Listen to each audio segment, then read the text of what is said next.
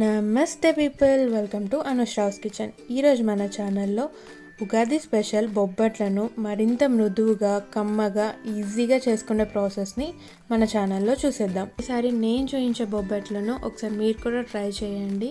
ఇలా చేస్తే బొబ్బట్లు చాలా ఈజీగా అయిపోతాయి, అలానే టేస్ట్ కూడా చాలా పర్ఫెక్ట్గా వస్తుంది. నోట్లో పెట్టుకోగానే కరిగిపోయే బొబ్బట్లను ఎలా తయారు చేయాలో మన ఛానల్లో చూద్దాం పదండి. ముందుగా బొబ్బట్ల అవుటర్ లేయర్ కోసం 2 కప్స్ మైదా తీసుకుంటున్నాను. ఈ మైదాని ఒకసారి జల్లించుకోండి. ఇలా జల్లించుకోవడం వల్ల పిండిలో ఉండే నలకలు కానీ ఏమైనా ఉంటే పోతాయి. ఇప్పుడు దీంట్లోకి 2 స్పూన్స్ బొంబాయి రవ్వ వేసుకుంటున్నాను. 2 కప్ల మైదా పిండికి 2 స్పూన్స్ బొంబాయి రవ్వ వేసుకుంటున్నాను. 2 చిటికెల ఉప్పు, 1 స్పూన్ నెయ్యి, ఇవన్నీ వేసుకొని బాగా మిక్స్ చేసుకోవాలి. బొంబాయి రవ్వ ఎందుకు వేసామంటే లోపల చెమ్మంతా పీల్చేసి బొబ్బట్లో ఎక్కువసేపు సాఫ్ట్గా ఉండడానికి హెల్ప్ చేస్తుంది. అంతేకాకుండా మనం మొత్తం మైదా పిండితోనే చేస్తే పిండి సాగుతుంది. అలా కాకుండా బొంబాయి రవ్వ వేయడం వల్ల పిండి ఎక్కువగా సాగదు. ఈ పిండిలో తగినంత నీళ్ళు వేసుకొని 5 నుంచి 6 నిమిషాలు బాగా కలుపుకోవాలి. ఎటువంటి క్రాక్స్ లేకుండా కలుపుకోవాలి. ఇలా కలుపుకున్న తర్వాత ఒక 2 స్పూన్స్ ఆయిల్ వేసుకొని ఇంకో 3 నిమిషాలు బాగా కలుపుకోవాలి. ఇలా ఆయిల్ వేయడం వల్ల పిండి చేతికి అంటుకోకుండా ఉంటుంది. ఈ పిండిని మనం ఎంత ఎక్కువసేపు కలుపుకుంటామో బొబ్బట్లు మనకు అంత సాఫ్ట్గా వస్తాయి. ఒక 5 నుంచి 6 నిమిషాలు ఇలా బాగా కలుపుకున్న తర్వాత చూసారు కదా పిండి ఎంతో సాఫ్ట్గా అయిపోయిందో. చేత్తో ఎలా అంటే ఇంత ఈజీగా వచ్చేయాలి. అంత సాఫ్ట్గా మిక్స్ చేసుకున్న తర్వాత ఈ పిండిని ఒక బౌల్లోకి తీసుకొని ఈ పిండి ముద్ద మునిగే అంత నూనె కానీ నెయ్యి కానీ వేసుకోవాలి. ఇలా వేసుకోవడం వల్ల పిండి పై పెచ్చు అంత గట్టిగా అయిపోకుండా స్మూత్గా ఉంటుంది. ఈ పిండిని కనీసం 3-4 గంటలైనా నానబెట్టాల్సిందే. అప్పుడే బొబ్బట్లు చాలా సాఫ్ట్గా వస్తాయి. ఇప్పుడు లోపల స్టఫింగ్ కోసం ఒక కుక్కర్లో 1 కప్ శనగపప్పు తీసుకొని ఒక 2-3 సార్లు బాగా వాష్ చేసుకొని ఒక 30 నిమిషాలు నానబెట్టుకోవాలి. ఇలా నానబెట్టుకున్న తర్వాత 1 కప్ శనగపప్పుకి 2.5 కప్పులు నీళ్ళు వేసుకోవాలి. 1 స్పూన్ నెయ్యి వేసుకొని కుక్కర్కి మూత పెట్టుకొని స్టవ్ మీడియం ఫ్లేమ్లో పెట్టుకొని ఈ కుక్కర్ 5 విజిల్స్ వచ్చేంత వరకు ఉడికించుకోండి. అప్పుడే పప్పు మెత్తగా సూపర్ సాఫ్ట్గా ఉడుకుతుంది.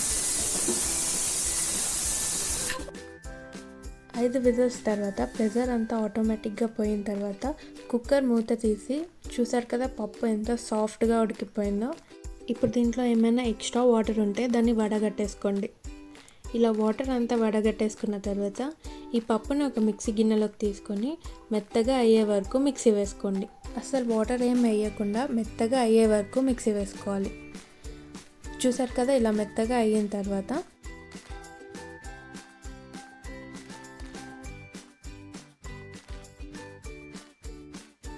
అడుగు మందంగా ఉన్న ఒక కడాయి తీసుకొని దాంట్లో 1 కప్ బెల్లం వేసుకొని ఒక 3 స్పూన్లు వాటర్ వేసుకోవాలి. వాటర్ ఎక్కువ వేసుకోకూడదండి, జస్ట్ ఈ బెల్లం కరిగేంత వాటర్ వేసుకుంటే సరిపోతుంది. ఎలాంటి పాకం రానవసరం లేదండి, జస్ట్ ఈ బెల్లం మొత్తం కరిగిపోతే చాలు.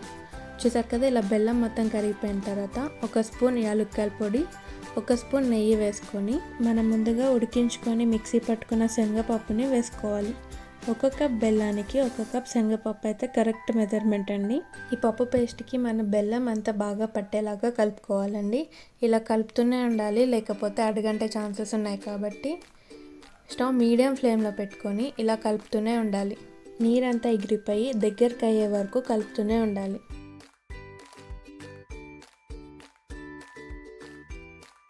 నాకు సుమారుగా 6-7 నిమిషాలు ఇలా బాగా కలుపుతున్న తర్వాత పిండి ఇలా దగ్గరికి అయిపోయిందండి. పిండి మరీ జారుగా ఉండకూడదు, అలానే మరీ గట్టిగా ఉండకూడదండి. వీడియోలో చూపించినట్టు ఇలా దగ్గరికి అయిపోయిన తర్వాత స్టవ్ ఆపేసుకొని ఈ పిండి ముద్దనంతా ఒక బౌల్లోకి షిఫ్ట్ చేసేసుకొని కంప్లీట్గా చల్లగా అయ్యే వరకు చల్లార్చుకోండి. ఇలా కంప్లీట్గా చల్లగా అయిపోయిన పిండి ముద్దను తీసుకొని నిమ్మకాయ సైజ్ అంత బాల్స్ లాగా చేసుకోవాలి. మీకు పిండి జారు అయ్యిందంటే మీరు సరిగ్గా కుక్ చేయలేదని అర్థం. పొడి పొడిగా అయ్యిందంటే మరి ఎక్కువసేపు కుక్ చేశారని అర్థం. ఈ పూర్ణాన్ని మీరు నార్మల్గా కూడా తినొచ్చు, స్వీట్ లాగా చాలా బాగుంటుంది, చాలా టేస్టీగా కూడా ఉంటుంది. ఈ బొబ్బట్లను మైదా పిండితో కాకుండా గోధుమ పిండితో కూడా చేసుకోవచ్చు. ఇలాంటి కొత్త వీడియోల కోసం అనుశ్రావ్స్ కిచెన్ని సబ్స్క్రైబ్ చేసుకోండి. ఇలా మీకు కావాల్సిన అన్ని బాల్స్ చేసుకొని పక్కన పెట్టేసుకుందాం. 3 గంటల ముందు నానబెట్టుకున్న పిండిని తీసుకొని ఒకసారి బాగా కలుపుకోవాలి.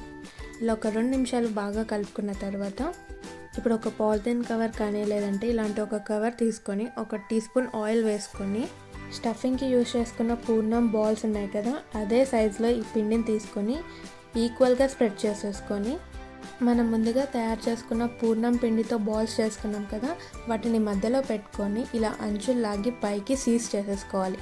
అసలు పూర్ణం ఎక్కడి నుంచి బయటికి రాకుండా ఇలా కంప్లీట్గా క్లోజ్ అయ్యే వరకు క్లోజ్ చేసేసుకొని చేతికి ఆయిల్ రాసుకొని ఇలా ఈక్వల్గా స్ప్రెడ్ చేసేసుకోవాలి. లోపల ఉన్న స్టఫింగ్ బయట కోటింగ్ మొత్తం ఈక్వల్గా స్ప్రెడ్ అయ్యే వరకు ఇలా స్ప్రెడ్ చేసేసుకున్న తర్వాత కొంచెం గసగసాలు వేసుకోవాలి. గసగసాలు వేసుకోవడం వల్ల టేస్ట్ చాలా బాగుంటుంది. ఇలా గసగసాలు వేసుకొని చేత్తో ఇలా స్ప్రెడ్ చేసేసుకొని స్టవ్ మీద ఒక పెనం పెట్టుకొని ఈ పెనం బాగా హీట్ అయిన తర్వాత ఒక స్పూన్ నెయ్యి వేసుకోవాలి. ఈ నెయ్యి ఇలా స్ప్రెడ్ చేసుకున్న తర్వాత మనం ఒత్తుకున్న బొబ్బట్లు తీసుకొని స్టవ్ మీద వేసేసుకోవాలి. ఈ పాలిథిన్ కవర్లో నుంచి ఈజీగా వచ్చేస్తుందండి. ఇలా స్టవ్ మీద వేసేసుకున్న తర్వాత అంచుల్లోకి ఇలా నెయ్యి వేసుకోవాలి. ఇలా నెయ్యి వేసుకొని కాల్చుకోవడం వల్ల టేస్ట్ చాలా బాగుంటుంది. స్టవ్ మీడియం ఫ్లేమ్లో పెట్టుకొని రెండు వైపులా ఇలా ఎర్రగా కాలే వరకు కాల్చుకోవాలి. ఇలా రెండు వైపులా ఈక్వల్గా కాలిన తర్వాత పక్కకు తీసేసుకోవాలి. ఈ బొబ్బట్లు వేడి మీద కొంచెం క్రిస్పీగా చల్లగా అయినాక ఎంతో సాఫ్ట్గా ఉంటాయి. ఎలా ఉంది, నచ్చిందా? అయితే ఈ ఉగాదికి ఈ స్పెషల్ బొబ్బట్లు ఇంట్లో రెడీ చేసుకొని ఎలా వచ్చిందో మా కామెంట్ సెక్షన్లో కామెంట్ చేయండి. ఈ వీడియో కానీ మీకు నచ్చినట్టయితే ప్లీజ్ లైక్ చేయండి, షేర్ చేయండి, సబ్స్క్రైబ్ చేయండి. అలానే కిందన బెల్ని గట్టిగా కొట్టేయండి.